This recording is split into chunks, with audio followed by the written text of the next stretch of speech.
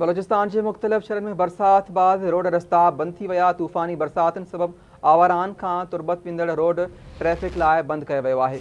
NH-70 क़ौमी शाहराह धनासिर ते landsliding जे करे KP जो बलोचिस्तान सां ज़मीनी राब्तो कटिजी वियो आहे। रोडनि जी बहाली लाइ वॾियुनि मशीनरी ज़रिए कमु जारी आहे। बैदी, सोराब, माशी, पिरांदर, मुश्की ऐं ॿियनि इलाइक़नि में ॿिया इलाइक़ा पाणी हेठि अची विया आहिनि। अहम ख़बर अवां सां शेयर करे रहिया आहियूं। बलोचिस्तान जे मुख़्तलिफ़ शहरनि में बरसात, रोड रस्ता बंद थी विया आहिनि। तूफ़ानी बरसात सबबि आवारान खां तुरबत वेंदड़ रोड ट्रैफ़िक लाइ बंद थी वियो आहे।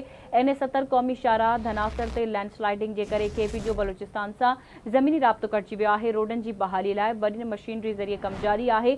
बैदी, सोराब, माशी, पिरांदर ऐं मश्की में बि पाणी भरिजी वियो आहे। अहम ख़बर अवां सां शेयर करे रहिया आहियूं। बलोचिस्तान जे मुख़्तलिफ़ शहरनि में बरसात, रोड रस्ता बंद थी विया आहिनि। तूफ़ानी बरसातुनि सबबि आवारान खां तुरबत वेंदड़ रोड ट्रैफ़िक लाइ बंद थी वियो आहे।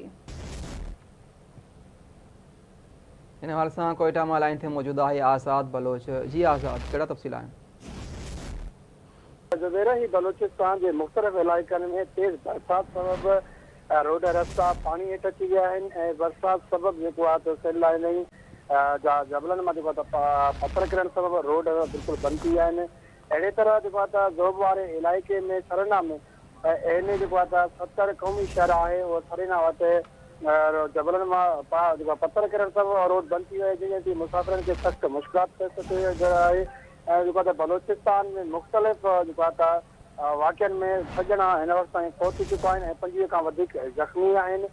PDM तरफ़ां जारी थियल जेको आहे त पधिराई में ॿुधायो आहे त बलोचिस्तान में 5 ॾींहंनि खां वठी बरसाति जेको आहे त 6 ॼणा पहुचा आहिनि ऐं जेको आहे त 25 खां वधीक ज़ख़्मी आहिनि। अॼु जेको आहे त ज़ोब, तुरबत ऐं कोचा, खुज़दा, लसबेरा समेत मुख़्तलिफ़ शहरनि जेको आहे त बरसाति थी आहे। बरसाति सबबि जेको आहे त रोड रस्ता उहे पाणी हेठि आहिनि। जी